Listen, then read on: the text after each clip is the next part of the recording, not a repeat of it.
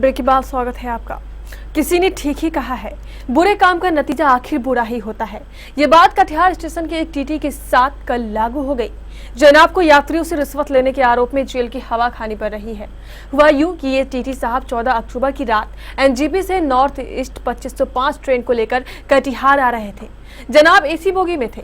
इसी दौरान उन्होंने कई यात्रियों से रिश्वत भी वसूल ली। ये शिकायत पहुंच गई उसी ट्रेन में सफर कर रहे एएसआरपी विशाल शर्मा के पास। उन्होंने टीटी को तुरंत यात्रियों से पैसे लौटाने को कहा, लेकिन टीटी साहब की चालाकी देखिए। उन्होंने कुछ यात्रियों के तो पैसे लौटा दिए और कुछ को नहीं लौटाए। बस यही लालच इनके लिए परेशानी का कारण बन गया।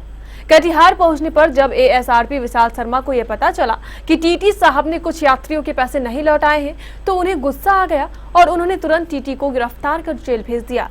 कल किशनगंज से कटिहार आने के क्रम में नॉर्थ ईस्ट एक्सप्रेस में एक टीटी थे जो यात्रियों से अवैध वसूली कर रहे थे। तो उस क्रम में कुछ यात्रियों ने आके शिकायत दी और 4 यात्रियों ने अपना लिखित में आवेदन दिया।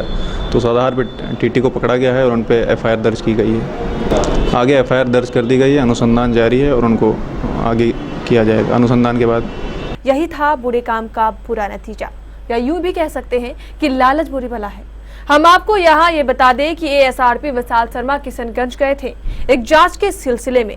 मामला यह था कि किशनगंज में 13 अक्टूबर की शाम 7:30 बजे त्रिवेंद्रम एक्सप्रेस के यात्रियों ने हंगामा खड़ा कर दिया था।